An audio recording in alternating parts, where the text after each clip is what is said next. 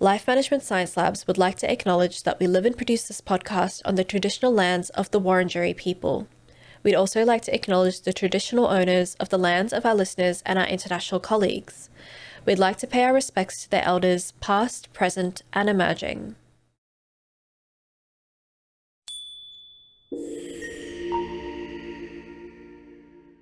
Hello and welcome to Reloscope, the Relationship Science Insights podcast produced by LMSL, the Life Management Science Labs. We are champions in life management science, providing structured insights informed by science and inspired by practice on key aspects of conscious living.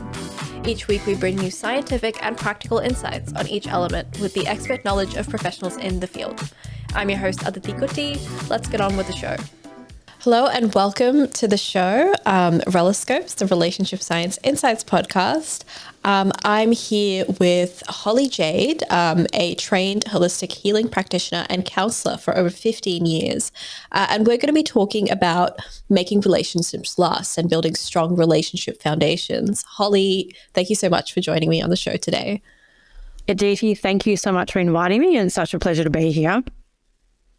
I'm really excited to chat today. Can you tell our audience a bit more about yourself? Sure. So I guess I've been in the healing realms for about 15 years. I started as a social worker back in, I think I graduated 2005. And I've always been fascinated, I guess, about the human psyche. And from there, I moved into different modalities. So meditation teaching, yoga, and then became really interested in the holistic side. So the whole mind, body, spirit, emotions. And yeah, for the last few years, I've been running my own counselling practice. And I also work through counselling in Melbourne, which is a really great place as well. And I do face-to-face sessions, online sessions, and work a lot with couples actually, which is great to be on this podcast to talk more about relationships. Yeah, absolutely. So I guess what kind of healing do you kind of present to your clients, and what kind of work do you do with them? It really depends on what the client's presenting with, really, and where they're at and what they're kind of, needing at that point in time. But I think with me, I specialise in emotions and trauma healing, and I think that has a lot of an impact on a healthy relationship as well. So that's kind of the focus. And really, I'm all about helping people become more self-aware and do that inner work, because really essentially it's all about us, and that's the most important thing, to have that reflection, constant self-reflection. So I kind of help guide people in that capacity, and then they can develop their tools and strategies to deal with what life throws at them. Yeah, absolutely. Healthy relationships is what the show is all about. So we'll definitely be chatting a lot more about that when we kind of get to the crux of our episode. But first, we have a section called Have You Met Holly Jade, where I ask you a couple of quick questions and we can get to know you better. Are you happy to answer them? Sure. What is your favorite book? Well, look, I think that's a really tough one. I feel like it changes, depending on what I'm interested in at the time. But I often refer back to a book called The Secret Language of Your Body, called by Ina Segal. And it's a really great way to, I guess it's, quite a metaphysical context, but it helps you understand the mind-body connection. And I think it's really helpful for a lot of people to understand how connected we are and how we can actually resolve a lot of our own issues once we, go inward. So that's probably my favorite, I'd say. Right. Absolutely. A great one for people to check out. Do you have a favorite movie? Or is that also a hard question?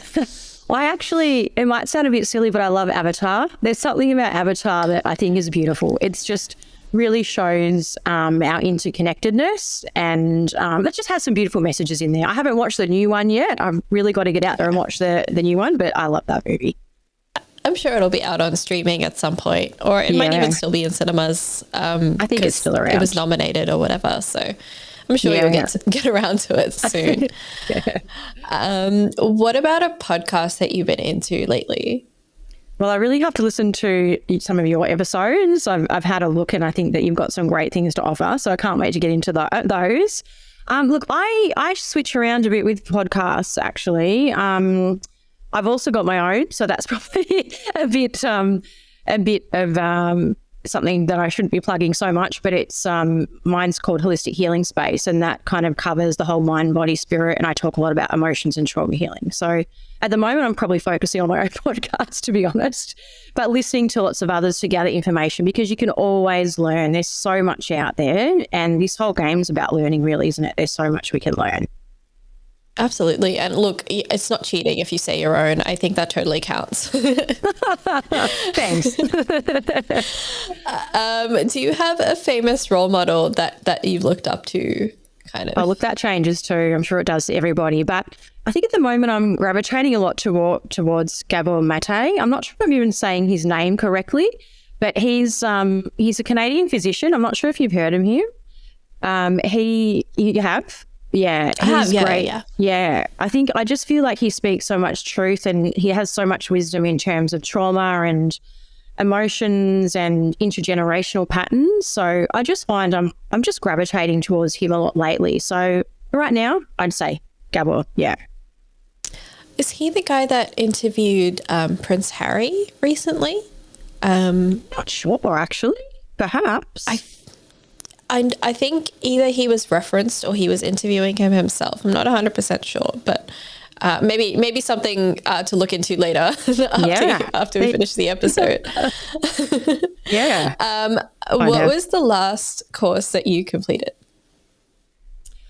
Oh, I'm actually still completing one, and it's all around holistic healing, and that's through Lighthouse of the Soul, a man called Paul Sutton, and he's really goes quite deep into the body-mind connection again, and how we can really become our own healers on lots of levels. So that's kind of what I'm focusing on.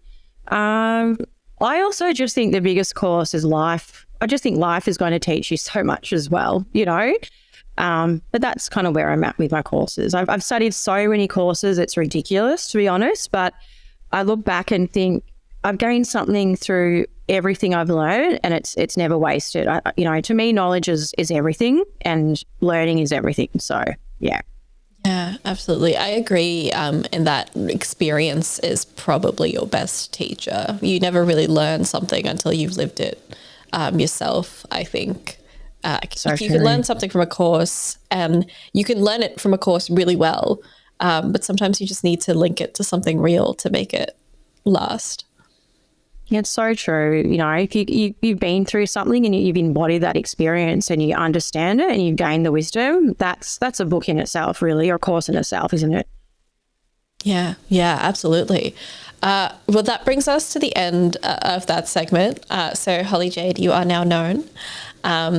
Everyone has gotten to know you a little bit better, and we can now move on to the main segment of our show, which is about building strong foundations in our relationships and making relationships that last. I wanted to start off very, very broad. How do you define a relationship?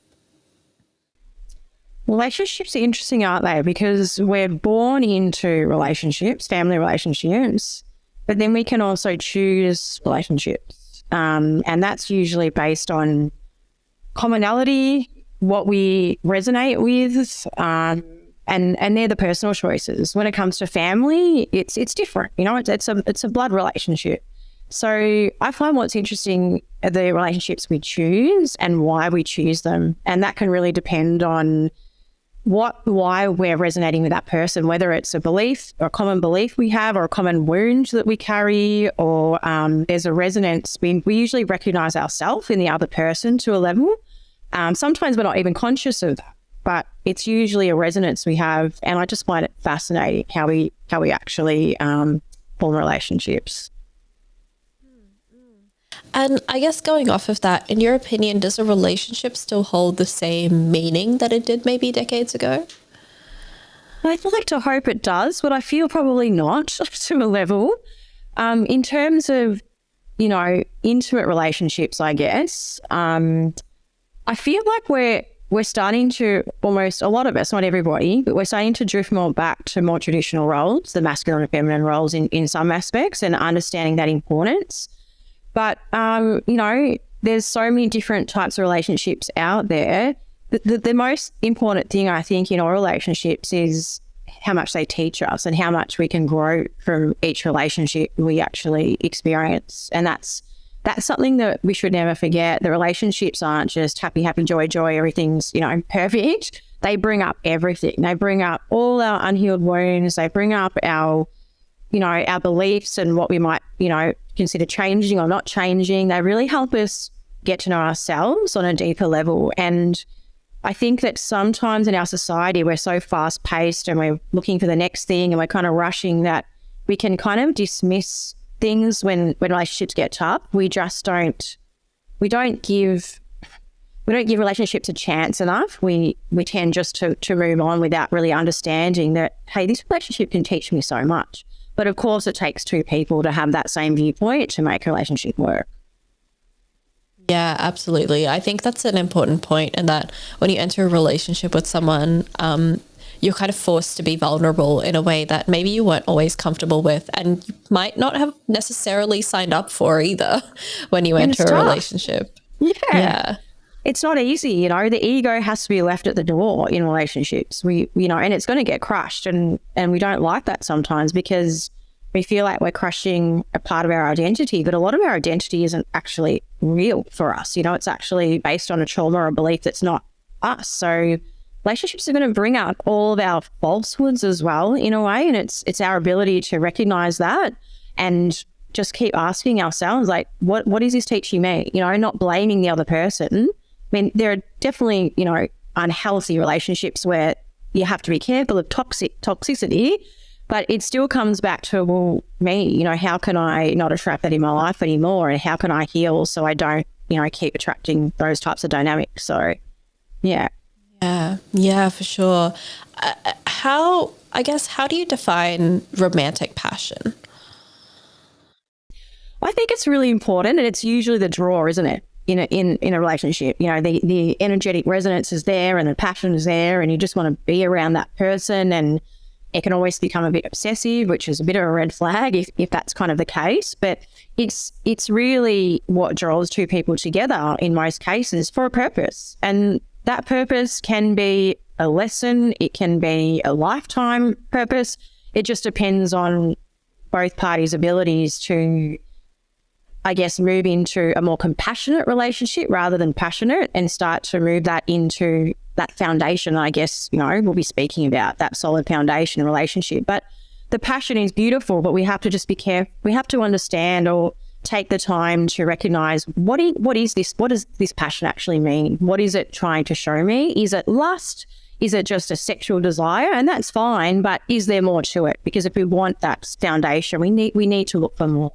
And if we've had experiences of trauma, we might, attract those super intense, fast-paced relationships, that are passionate but don't really have that stability or sense of stability. Yeah, absolutely. What do you feel are kind of some of the most common mistakes that people make right at the beginning when they're forming these relationships? I mean, you talked about turning passion into compassion. I really love that distinction. But I guess what do people, especially when you're, at the start, you're going through that honeymoon phase, everything's really intense. What are the mistakes people tend to make? Well, look, love is blind, isn't it, in the beginning? It's important to keep grounded, and really just keep your sense of self. And I think some mistakes that people might make is that they get caught up in the fairy tale, and it's just, this feels so good and it's so perfect, and forgetting that we're all human. We all have flaws. We all have, a level of trauma. We might not admit it, but we do. We all have different beliefs, and we all have been conditioned in certain ways. And in the beginning, we all put on our best face. That's what we do in any relationship. We want to put out, our best foot forward. But it's important just to take the time, I think, and we can tend to rush. That's a bit of a mistake, to rush into things, and also to change parts of ourselves to please the other person. We might have that wounding and thinking that we need to sacrifice too much of ourselves for the other person, which is a bit of a red flag too. So it's really keeping our sense of identity, but in the same way, being willing to shift parts of our identity when we know they're not serving us, because we can have unhealthy parts of our identity too that relationships can show us. So it can be quite confusing, really. I think the biggest mistake is just to really rush and, but I think, we do rush around in life so much that everything can be rushed if we're not conscious of it. But if we really want to build a healthy relationship, we just have to slow down. We just have to get to know the person. And people are really complicated. It takes time, right, to get to know somebody. So, yeah. Yeah. And like you said, slowing down allows you that time to like reflect and think through things a little bit more, not just about your partner, but also about yourself. 100%. Yeah. Yeah. And that's the key, really, because that relationship is always taking back to look at yourself, why you've attracted this person, what's unhealthy about it, what's not unhealthy. It's really, it's always self-reflection too. You're 100% right. Absolutely. How can people kind of figure out exactly what not exactly what they need, but what they need out of a relationship, kind of in maybe the beginning, maybe a little bit past the honeymoon stage as well? How do people know what they need from a relationship, and also ask for what they need from their partner without being kind of pushy or demanding? That's a really interesting one, isn't it? Because what we need is not always what we really do need. Sometimes we need to give those, what we think we need from someone else, we often actually need to give to ourselves. So it's really important to, I guess, do that self-inquiry work or do that self-development work to understand your patterns and your traumas.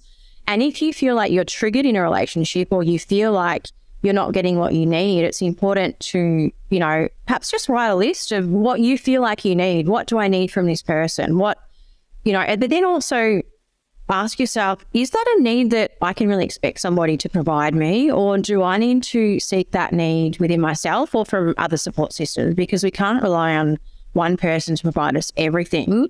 But I feel like with the more relationships we go through, and, in the past I've had a string of unhealthy ones. I'm not going to sit here and say I haven't. But through every relationship I've had, I've learned more and more about what my values are, what is important to me, what I can compromise and what I cannot compromise and will not compromise. And that takes time to develop sometimes too. And I feel like that can change. My needs now are so different to what they were 5-10 years ago, or even 2 years ago, really. So I think we're constantly shifting our awareness, our consciousness. So how we view relationships is going to change as we change, and our needs are going to change too. So I think patience is the key too, and you can express your needs to your partner. It's so important to be able to communicate with your partner and have that sense of being heard. And I think that's really important in a relationship where both parties listen to understand the other person, even if they don't agree, but understand where they're coming from, why they are the way they are. And I think why is always a great question too. Why do I need that? Or why does she or he need that? Just so we can understand how we're wired, because we have so many ways of projecting and perceiving things when sometimes we're perceiving things completely wrong, or we're not wrong, but in the lens of our trauma or our conditioning. So open communication is so important, but it also takes two people with that ability to be vulnerable too, to let that ego go. And that's how we can learn so much too. And we realize that our needs are kind of pretty basic to a level. We need stability, we need support, we need, emotional availability, we need loyalty. There's so many things that, I could go on and on about those things that I feel like are intrinsic needs to people. Some of the needs, if we have unresolved trauma, are actually, you might have an abandonment wound. So you might be seeking too much attention or from your partner, or you might be expecting too much from them, when really, is it realistic? Or do you have to look within yourself and think, am I expecting too much from that person? Do I need to actually heal that within myself? So there's, those different attachment styles we talk about, avoidant attachment or secure attachment or anxious attachment. And when we look at those styles of how we are in a relationship, it's important for us to realize that if I'm expecting so much from a partner, that's where my work is. I can't have such high expectations, if that kind of makes sense. No, that makes a lot of sense. And I think that I also really like when you brought up that, our needs change as years go on. We're not the same person as we grow older. How, in your experience, in terms of what you observed as a counselor, how have you noticed kind of needs changing over the course of a relationship? Does it tend to follow a particular pattern in terms of what people tend to prioritize over time? I think it really depends. Their needs changing.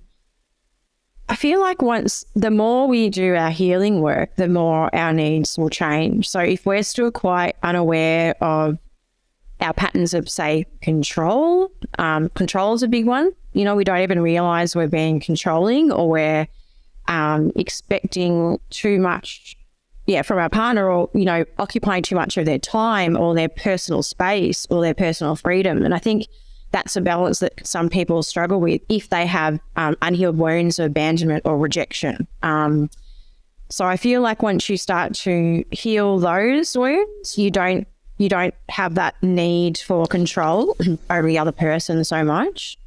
I think emotional healing is really important in relationships. So we don't, we can unconsciously emotionally manipulate our partner if we're not careful. We can, draw our partner into shame or guilt or any of those emotions to keep that control. So I think once we do our healing, we realize that we're a person and they're a person, and we have our own life and they have their own life, their own identity. But there's some thread there that keeps us connected or keeps that connection alive, because we have a resonance, but we don't get enmeshed in it. There's no codependency. We're separate, but we have that foundation of stability and trust and loyalty that we're a team. It's quite complex when you think about it, isn't it? It sounds simple, but when you're in a relationship, it's not always so simple. Yeah, things are never really cut and dry once you're kind of in the thick of it. And speaking of things being very complex, I've got a difficult question for you next. Okay, go ahead. Conflicts and disagreements. How do you handle them? And I know that's a huge question. So maybe we could focus on the early stage of the relationship as an example, that foundational stage. Yeah, look, like conflicts are a part of life, right? We can't avoid them, and it's really how we navigate them, because we learn so much through conflict, and we're also different and we get triggered. And I think that's the thing with conflicts. When we get triggered by an emotional wound, it can be difficult to navigate. But I think it's important just to look at your intention for the conflict, or creating that conflict, or, that argument or disagreement, let's say. Like, what is your intention for disagreeing? Is it, to prove a point? Is it to be right? Or is it are you actually curious about the other person's point of view and listening to understand? It goes back to that again, because I think if we're reacting rather than listening and just responding, then the conflicts can get out of hand. So a lot of conflicts get out of hand because of unhealed trauma and the ego protecting us. That's kind of the key. And if we can recognize that, and even I often say to clients, if you're getting really triggered in a conflict, just take some breathing space. Most things don't have to be resolved on the spot. We can actually be honest with each other and say, look, I'm getting really triggered. I need to take a step back and just, breathe through this and look at this and process this and really understand what's triggered me. And then that, you can come back together with your partner and actually be honest about what has brought up. And by that stage, hopefully, the heatedness is dissipated and you're in a calmer space to actually have that conversation, to look at what was this conflict about? Because a lot of the times conflict isn't about what's happening now. It's a triggering of a past experience, or that particular situation has triggered an emotional wound that we need healing. So, I always say triggers set us free. I really feel that conflict is healthy. It's just how we deal with it. And it's not always easy. Once that little wound gets triggered, if we don't know how to regulate or we don't understand what's happening, we tend to retaliate, we tend to react, but that's actually kind of not going to help Yeah, and I think it kind of also boils down to something that you've just been consistently saying this entire time, which is like patience and taking that time to really to not rush through things. And I guess that applies to kind of conflict in general as well, because a lot of the time, like you said, ego and personal, like emotional triggers are at the heart of it, as opposed to anything, as opposed to a desire to understand. And I think that especially when in the beginning, when everything is so wonderful and rose-colored lenses, and then you get out of it and everything, and that illusion kind of shatters, you tend to take things a bit more personally. That kind of something that you found in your experience, or at least in your clients? I love that you said that. I love that you said the illusion shatter, because it's so true, isn't it? We see what we want to see, and then we see the truth, and most of us don't like it because it's hard. We have to face ourselves. We have to face what's happening, and we have to face the reality, and we have to accept the reality. And a lot of us don't want to accept the ugly parts. But in the same way, and I say this to clients too, you have to, all that has to be purged. All of the ugly stuff has to come up so you can clear that and actually elevate through the relationship. You know, if you keep sweeping things under the carpet, or you ignore things, or, you know, what happens is if you don't get to the core of why you're arguing or disagreeing, you're just going to be stuck in a loop. It's not going to go away. It just repeats. And that's why a lot of clients come to therapy, because they're like, we're just stuck. And it's okay. Well, we need to unstick you, but we need to look at that core wounding. And I say to clients, it's not going to be easy. I'm not going to be honest with you. It might not be a fun process, but you'll actually learn so much about yourself. You'll learn so much about your relationship. You'll build a stronger foundation, and you'll feel more aligned in your values, and you'll actually know if you're still on the same page with your values, and you're going to grow. So the ugly part is how you know, it's that whole alchemy process, isn't it? It's like you have to churn through that and transmute that, and then you can rise above it. But a lot of people give up before that stage, because it can, you know, be pretty intense when our ego gets triggered. Our ego is really tricky and really strong and pretty persistent. But I think the important thing to remember is we are stronger than that. You know, we're stronger than our inner demons. We're stronger than our wounds and our weaknesses. We can transmute all of those things if we continue to do the work. And that's the important thing to remember. I believe that we're actually here to heal our wounding, and you know, what we find difficult is our greatest work, because if we can overcome our difficulties or our greatest fears, then that's a big part of our purpose, really. Absolutely. And I guess moving on from that, like what are some steps that people can take to build that foundation, that healthy foundation for themselves?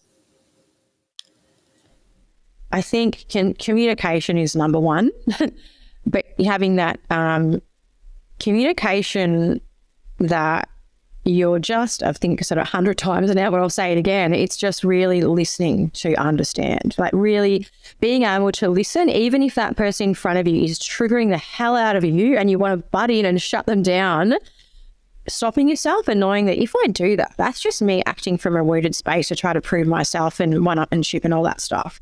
Just learning to listen to understand, and then when the time is right, you speak up, or taking that space and being honest with your partner. I'm listening. I just need to step away to process what that's brought up for me. It's not about you, because I think the key is for us to remember that we can't blame the other person unless it's abusive and really toxic, and the other person is closed off, shut down to growing and expanding and looking at themselves. You know, that's a different story. But if you're with somebody who's wanting to grow with you, then you both need to be able to communicate and listen and be consistent with that. I think consistency is really important in a relationship, because that shows that you're there. You know, life's going to get tough, but if you have that consistency, even when times are tough and you still show up, even if you're showing up and you're triggered, but you're honest about it. Hey, I'm here, but I'm really triggered, but I'm here. I'll be back once I figure out my, I've done my healing work. But I think it's just knowing that you have to continuously work on yourself and have your space. I think in relationships, and it's important to take space, to know that it's okay to do your own things. You don't need to do everything together, and you have your independence, and we need that space to look at ourselves and, as you said before, to self-reflect. So that's important, so we don't get enmeshed with that other person and we still, we know where we end and the other person begins. That can get blurry, I think, in the beginning of a relationship where it's so hot and heavy and everything's amazing, and you kind of think, where do I end and where do they begin? And, it's important to go back to that. Even when you're caught up in all the emotion, and go, hold on a sec, I really want to see that person, spend time with them, but what is my routine too? I need to keep my friends and my routine and my, don't ever let that slip, because that's when you can start to lose yourself. So respecting each other's independence is, I think, really important as well. Respect, I guess, is a big one. Respecting who they are, respecting each other's traumas, and being vulnerable, understanding that none of us are perfect. We're going to show up and we're going to regret some of the ways we show up.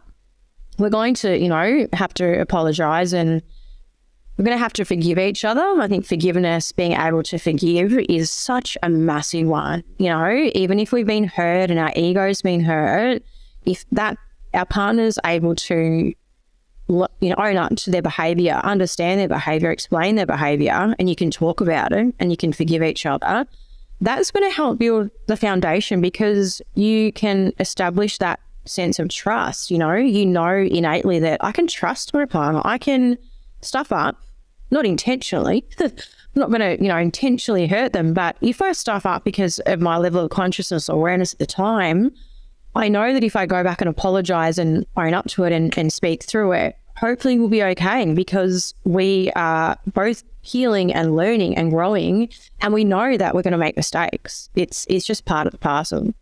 So yeah, I think holding space is really important, learning. And I think holding space is not easy if you're carrying a lot of trauma, because you can only, what is that saying? You can only hold space for others as much as you can hold space for yourself, or something like that. If you're able to sit and self-reflect and you're in tune with yourself, you can sit and reflect with other people. So it's really just allowing each other to be who you are without wanting to change the other person, and just trusting the process too, I think. Goes back to that patience, slowing down, all that stuff.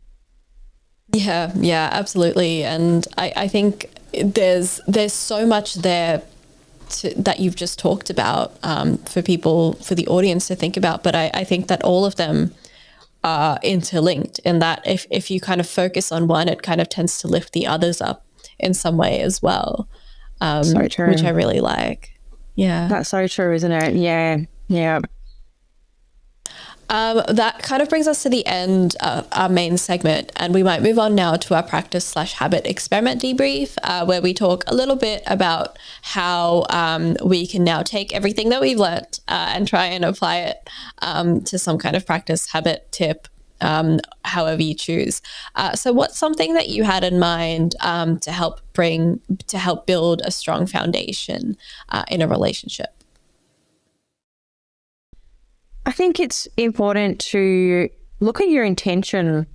I think intention is really important. What is your intention for having a relationship with this person, and why, what am I trying to say here? Get into the habit of really asking yourself why, I guess. I think why is $1 million question. Why you're behaving in a certain way, why things have played out the way they are. I think keeping a journal is a great way. I know it sounds really, really simple, but it's so healthy for us to have a space where we can express ourselves. Excuse me. Yeah, it's really safe for us to have, a practice where we can actually just write our thoughts out too. So if we're having issues with our partner, sometimes, before running off to them to create an argument or a conflict, or, you did this, or I didn't like this, whatever it might be, having that space first to sit with ourselves. And whether that's writing it down, I feel like writing is really a healthy way to kind of purge out what our thoughts are, what our emotions are. And then we can get clarity, because we can start to kind of see, right, okay, that's how I feel, but is that really because of the person in front of me, or is that because of an experience that they're reminding me about? Is that an unhealed wound that I carry? Or if you see a repeated pattern, you might notice that you're writing the same thing down all the time, which is your work right there to look at how can I work on that? So before, running off to your partner and creating arguments, sitting with yourself first. I think that work is so important for all of us in every capacity of life anyway, to just make sure that we're understanding what our intentions are, what our why is, why we are reacting the way we are, before we actually go off and create an argument. And I think that can be helpful in building a foundation, because we're not just constantly looking for our partner to solve things.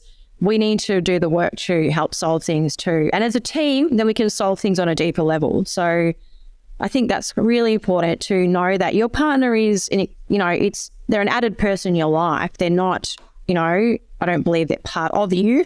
You're two separate people, but you're connected through something really special. And hopefully that is, that stability and that honesty and that trust that you can develop through emotional honesty and availability. Yeah, absolutely. I guess when people are asking themselves why, is there a specific process that you like to run them through?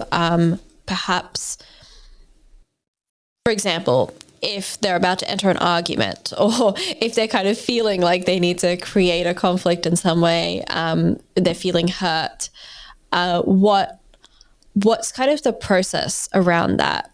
Like, would you kind of remove yourself from the situation, give yourself a few moments? Is there like a specific technique? I think it gets easier with time, obviously, but in the beginning, if you find that you're struggling to, stop reacting and and you're starting to get into arguments, having that ability to step back, to tell your partner honestly, I'm listening, I just can't continue this right now. Just give me a few moments, or give me a few hours, or give me a day, or give me whatever time you need. I think that's really important, because the thing to remember too is we all process things differently. This is the other thing. Some people are really deep thinkers and they like to dissect every single element. And there's nothing wrong with that either, because we all have different abilities and skills. So you might get one person who just wants to jump in and solve, and you might get another person who needs to just sit with things, walk away, self-reflect, look more deeply, or they've got some deep trauma that is really triggering them and they don't understand why they're being triggered. And that is where it's important to make sure that you have a practice, whether that's journaling, whether that's seeing a therapist, whether that's a safe friend that you have that understands and supports you, or whoever it might be. But knowing that moment where you feel like you're going to turn into an argument, just making sure you have that clarity first. Why am I arguing? Because we know that arguing doesn't really get us anywhere. We all actually learn through conflict when we have conflict in a healthy way, when we're speaking to each other with respect, and when we're actually, speaking with kindness. That's how we learn. That's how we appreciate the conflict. Like, oh, thank you. I think a lot of us, if we've got trauma, we don't like conflict or criticism, because if we've got that wound of I'm not good enough, I don't ever do anything right, that can get triggered. So, but if we can heal that and just understand that, hey, this person said it in a loving, kind way, and this would actually help me grow. We can resolve this conflict, and this is why that why questioning is really important. Why are we arguing? What is the actual purpose of this argument? Is there a purpose? Or are we just, getting triggered by things that are just really, dramatic because of unresolved trauma? Because conflict, as we said, it's healthy. It's how we can evolve and grow. It's just how we speak to each other is so important. Our intention behind our words is really important. And I think I say that to clients who, I work with clients who have had a lot of abuse in their childhood, and they are so afraid of conflict because they were shut down by, their parents, for example. So every time now they're like, oh, I really want to tell this person that, but I'm scared how they might react. And I always say to them, well, that's that's because of your past experience, because you were shut down and told, made to feel that you couldn't actually speak your truth.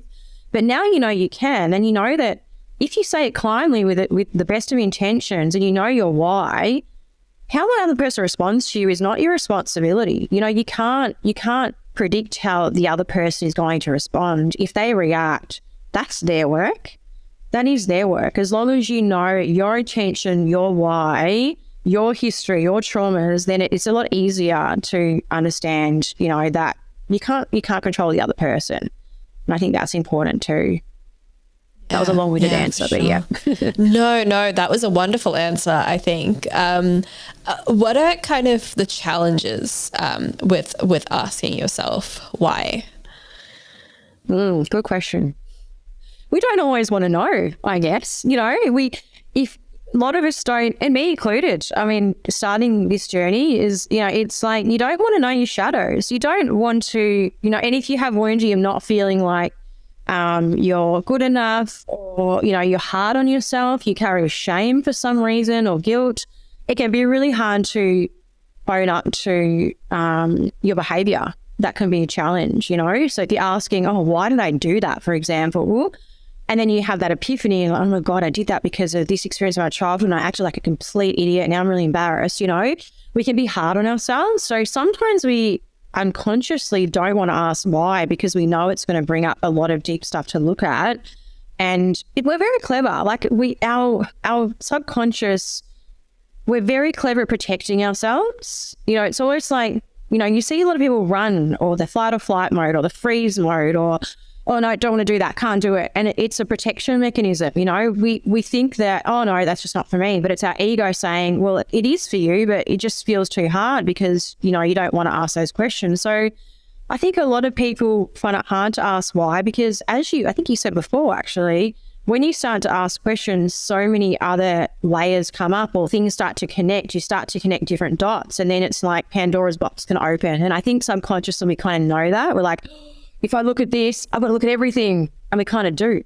But, you know, in the same way, I want to say that that's a beautiful process. That is how you really get to understand yourself and the world around you and others on such a deep level, because the more you delve into that Pandora's box of shadows, the more you understand yourself and your patterns and your behaviors and your conditioning and your trauma, and you can transmute those, things just get lighter and there's more clarity, and it's a beautiful thing. It's like we can run from that, but we're running the wrong way. We should be running towards it. But, you know, a lot of us are conditioned not to look at pain. We don't like pain. We don't like things to feel hard. We want pleasure and we want distractions. We want the easy way out a lot of the time. And that's all good, but it kind of keeps us stuck. You know, it keeps us stuck in a particular vibration that we can't grow out of unless we delve into those questions of why. So I think that's a big one. Yeah, for sure. And that reminded me of like something that a reaction that I've had myself. I guess I always like to think the brain is a very powerful organ, and sometimes to your detriment. So sometimes I might kind of I might feel emotionally triggered, or I might have a reaction to something, and maybe I'll take that time and step away and ask myself those questions. But then my brain is kind of feeding me the answer that I want to hear at the time. So that could be like I'm justifying myself and how I feel in a way that's probably not quite called for, or not fair to myself or the other person. Or I am doing the complete opposite, in that I am using it as an opportunity to kind of berate myself for having that reaction. How do people know if they're like, when they ask themselves that question, that the answer that they are giving themselves is real? That is such a tricky one, isn't it? It really is.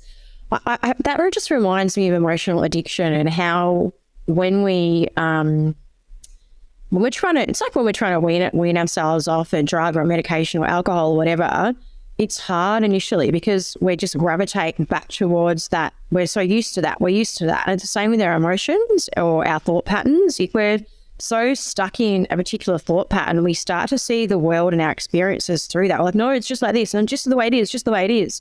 And I think it's really important to really reflect on that. And I think this is where mindfulness is so important. And, meditation was a big one on my journey because I completely resonate with what you're saying. And it's really, if we can sit and just really start to look at, am I just projecting the past onto the present? Really being mindful and, looking more logically at what's happening in front of us right now, because the mind can keep us in a loop of, it's happening again, it's happening again, it's happening again. But you have to have that other part of your brain or, you have to have a bit of strength or a little voice there, really, probing you to be present. Is this really happening now? Is this really happening right now? Is this person really, really an indication of a past experience, or have they just triggered that little old voice in my head that's taken me back there? Because often I really do believe that life does want to heal us. I think that we're sent people to re-trigger our past trauma so that we can actually release it and move forward. But so many of us, we get triggered. We're like, it's happening again. And I've done it myself 100 times over. It's happening again. It's happening again. And we run the other way. But when I look back, sometimes it was happening again. Sometimes it was a red flag. But I think once you really be more mindful and present in the moment, and you look at the energy of the person, the intentions of the person, their communication style, their loyalty, their trust, is the person doing it again or to you, or are you just being re-triggered? So any way that we can stay mindful and challenge that voice. I think ask that voice, that feeds off the negativity, I guess, challenge that voice as much as you can. Ask that voice as many questions as you can to make sure that you're not just addicted to that emotion, because it takes a while to break down an emotional addiction. It really does. If you have a perpetual negative thought, it takes work to really, and I always say to clients, have that other voice. Yeah, okay, that now you have that understanding that is a wound or a trauma, or something that's happened in the past that you're wounded and, you're trying to protect yourself. But have that other voice, okay, that's not really me though. That was created through an experience that I've held on to and it hurt me and, it put my nervous system out of whack and it's in my body and I'm holding on to it. But now, hey, is life trying to actually snap me out of that? Is this situation that's coming to my reality here to actually help me heal that so I can move forward? Or is it happening again? And I think that's really important to have that other voice where we're challenging the voice of our past trauma. Does that make sense? No, yeah, that absolutely makes sense. That definitely does. Based on your experience, do you have a kind of practice or a habit that you would combine with this question to maybe improve this practice to help make it easier to take this step back? When you're triggered by something? I think it's really important to, first of all, sometimes when we're triggered, it can cause a pretty intense feeling in the body. So physiologically, we might freeze, or we might feel sick, or we might want to run away. And I think it's really important for us to find or breathe. I think breathing it's so simple, but it's so powerful. Just connecting to the body and being grounded as we actually notice how we're feeling. So, being mindful of where we are. So grounding ourselves or doing something that makes us feel safe if we're being triggered and it's really intense in our body. So whether that's, laying in bed, laying on the couch or with a blanket over you, or doing something to make you feel grounded and safe, like you're in your little cocoon. But first of all, just dealing with the sensations in the body, if that's kind of been triggered, and just breathing and knowing that what you're feeling is just how your body is responding to what's happening.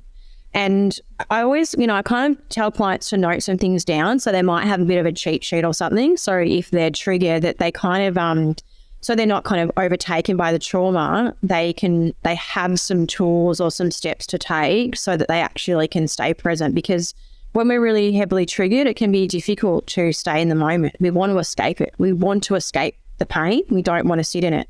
but we have to slowly learn to sit in it. And I always say to people to be compassionate about that. If you're really struggling to sit with your emotions, just try for 5 minutes and then distract yourself. Don't be hard on yourself if you can't resolve it all and get the wound out and heal yourself in like 10 minutes. You could have been carrying this wound for 30, 50, 40 years or more of your life, so don't be hard on yourself, but start to break the pattern of whatever you used to do, whether it was running, retaliating, arguing. Take a step back and know that you're safe. And I think when we've had trauma, we've got wounds that are triggered, we don't feel safe in our body. That's why we want to run. We don't feel like we can just sit with ourselves. We don't feel safe in our own body. But the truth is we are safe. It's just the past experience that makes us feel unsafe. So it's really about being present again, being mindful of it. Hold on, I'm not where I used to be. I'm here now. Okay, being re-triggered, and these old feelings are taking me back to that space, but that's actually not happening now. So I'm just reliving the past. My body is, because it's time to release it. It's actually time to release it, and trying to see that as a positive thing and remembering that, wow, once pain passes through you, it's gone. Yeah. Once our emotions we purge, we all know that we have a big cry. It's shit at the time, sorry to swear, but afterwards it's like we feel so much better. It's like, oh my goodness, I just released that and I'm tired now, but I was holding on to those emotions. I was suppressing those feelings and they're going to weigh me down. So learning to sit with, breathe, process, release, even if it feels painful, even if we cry, even if whatever we do in a healthy way, it's really important for us to know that we're safe. And even if we have to pick up the phone, if it's really severe, we can't do it on our own, call Lifeline, book in with a therapist, have someone to talk to talk you through it, because we can get so frenzied and caught up if we're not used to, dealing with our emotions, if we've suppressed things. So I think that's really important. And I think, I said it before and I'll say it again, I think journaling and meditation, practices like that are great. Journaling, get your thoughts out, get some clarity on how this makes you feel. Doesn't matter what you write down, doesn't matter how horrible the words are, and if it doesn't make sense, just write it down. Keep writing it down, and guaranteed you'll look at it later and you'll be like, oh, it's not that bad now. Oh, that's still bad. I've got to work on that. Oh, that's still, you'll start to really get clarity on what is real and what is not, like what is made up in your mind and what is actually a real fear of yours that you can actually take action towards. And I think when it comes to meditation, learning to just, sit with yourself for even like 5-10 minutes a day and just to silence the noise and go, how do I feel? Sitting with yourself. How am I feeling? What thoughts are running through my head today? Where am I feeling tight in my body? What am I holding on to that I don't need to? What am I worrying about that's not going to get me anywhere? Because we all know that worrying doesn't, really solve anything. So I think practices like that can help us get more curious about our thoughts rather than attached to them. And that's where we struggle. We get attached to, well, I believe this and I feel this, where really do we? Is that just because of our past experience that we feel this, but we don't actually really believe that? So I think, meditation, journaling, it gives us insight and clarity. We have to have a way to, look at how we're feeling and be curious about it. I'm a big advocate for feeling and releasing, but I also think it gives us more a sense of clarity, I guess, if we can understand it as well. If we understand ourselves, and why we are the way we are. Feel it, understand it, and then release it. Yeah, that's in simple terms, perfect. That brings us to the end of our experiment debrief. So thank you so much for sharing all of that with the audience. I'm sure that the people watching and listening will have something to take away from this.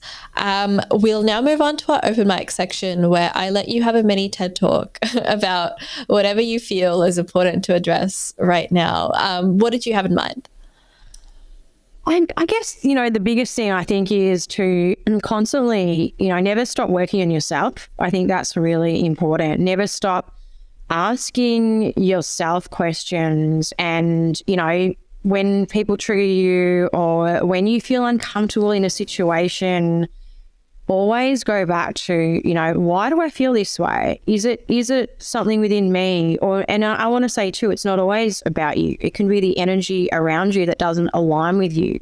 It can be, and that's, that's still about you, because it's about you getting to know what is right for me and what is not right for me. So, if we're feeling any anxiety or we're getting triggered, it's like, well, I need to look at what this means to me. Is it an internal wound, or is it something in my external environment that just doesn't resonate too? Because I think sometimes we can tend to put up with things because a lot of us do unconsciously people please or do things that we don't necessarily want to do, but we feel obligated. And I think it's just really important to honor yourself and know your boundaries, and life teaches you, when you're young, I think you try all these different things, but then as you get older, you're like, oh, I know I don't like that because I've done that. I know I don't like that. I don't know, I'm not doing that again. So it's really, allowing life to make you get clearer on, who you are, and that never stops. We're on this journey of constantly unraveling, and our identity constantly shifts to a level. We never remain the same. And I think getting used to that is a big one too, getting used to our constant evolution and how we're always changing. And when it comes to a relationship, knowing that our partner's always going to change, we're always going to change, and the relationship's going to change and evolve and grow. And let's be honest, some relationships grow together and some grow apart, and we have to understand that too. We could have the best foundation and that could all be great, but we could end up going different directions. But if we have that foundation, it won't be so difficult to part because we'll have that deep connection anyway. So knowing that, we also kind of need to learn that kind of art of detachment, I guess, and allowing life to guide us, and just keep looking back at yourself. And I think once you appreciate the journey of self, or to self, I guess, it's a beautiful thing. And the people that come in and out of your life are always showing you something, whether that's something to heal or something to avoid or somewhere. They're always showing you something. It's a matter of just, always ask, what is this trying to teach me? I really like that. It's so simple, but what can I learn from this? What is it trying to teach me? And it kind of becomes quite magical when you look at your interactions with people and what your lesson is and what you're being guided to look at. So yeah, I'm a big advocate, I guess, for self-inquiry, and it didn't come to me the easy way. I got whacked pretty hard when I was younger to wake up to my patterns and my conditioning and my traumas, and then I think I just went down a rabbit hole, and I'll probably never get out of it, because I find it so fascinating how we hold on to things, how we perceive things, and how we interact as humans, and how our beliefs change as we change, and so many things change. And it can feel scary because we can move through so many different phases of life, and we can lose a lot of people. And, our reality can really shift a lot when we heal deep trauma as well. Our life can completely shift trajectories, and it can feel scary, but we have to remember that if we're doing that, we're breaking really unhealthy cycles too a lot of the time. If we're moving away from toxicity, moving into a more stable relationship, for example, can feel really uncomfortable. You'd be like, what is this? It's safe, it's secure, it's slow, it's steady. I don't know this. I'm only used to rushing and toxic fighting, and, it can feel really foreign when you move into a really grounded relationship. And I think that takes work to actually, shifting our patterns is not easy. If we've been walking this direction for 30 years and all of a sudden we're like, oh my goodness, it's the wrong direction, I've got to go that way. It's not an overnight fix. We have to slowly reprogram, and everything shifts. Our nervous system, it gets a bit wobbly in our thoughts. And, like you were saying before, we go back to that emotion that we're addicted to, because oh no, I've got to go that way. And it can feel so wobbly and so confusing. And that's why, and I believe that we're sent people to kind of guide us. I don't think we're ever alone on that journey, but it's trusting that, remembering, well, that wasn't good to me that way though. Keep remembering that. That way wasn't good to me. I don't want to go back there. It's comfortable. It's what I know, but it wasn't good for me. So just keep knowing that you're strong enough to change any patterns or habits that aren't serving you, and you're worthy of that. I think that's the important thing to remember. We're all worthy of a healthy relationship. We're all worthy of bettering ourselves, and we're all worthy of healing our traumas. And, no matter how severe they are and what you've been through, you're so worthy of having a better life. And it's up to you to do that work, but there's always people there to support you. So that's kind of what I wanted to say. And I do. I've just written an ebook around people pleasing and no more people pleasing, because I feel like a lot of us unconsciously want validation from others, or we give a lot. And I think it's really important, particularly in relationships, to honor ourselves, know our boundaries. And that's a really important thing in a relationship, to not allow your partner to overstep your boundaries, and vice versa, and respect each other in that capacity. So, yeah. Oh, fantastic. I love that so much. I also really love when you said that having that healthy foundation allows you to leave a relationship as well. It makes it much easier to detach yourself from another person and not feel so lost or caught up about it.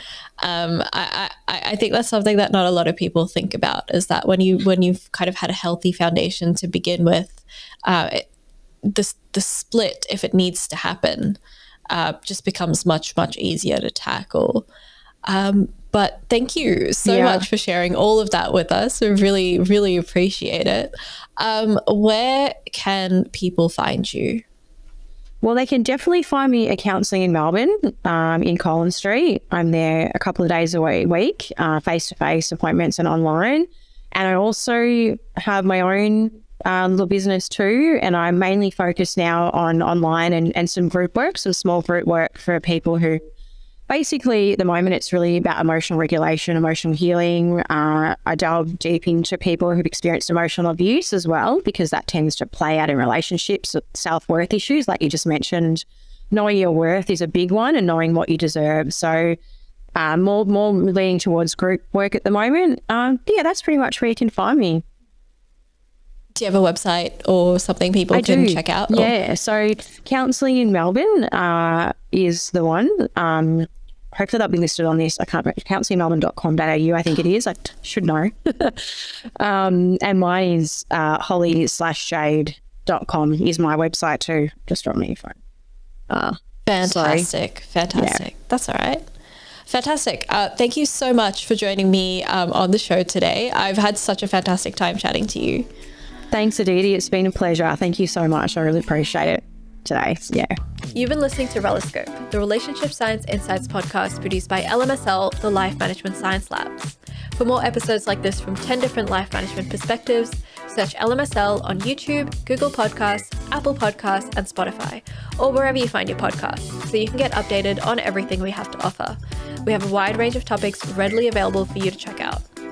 If you enjoyed this episode, please consider rating our show, sharing it, and subscribing to our channel, as it helps us grow and bring you more quality resources. More of our work can be found at re.lmsl.net, where you can join our movement. I'm Aditi. Thanks for tuning in.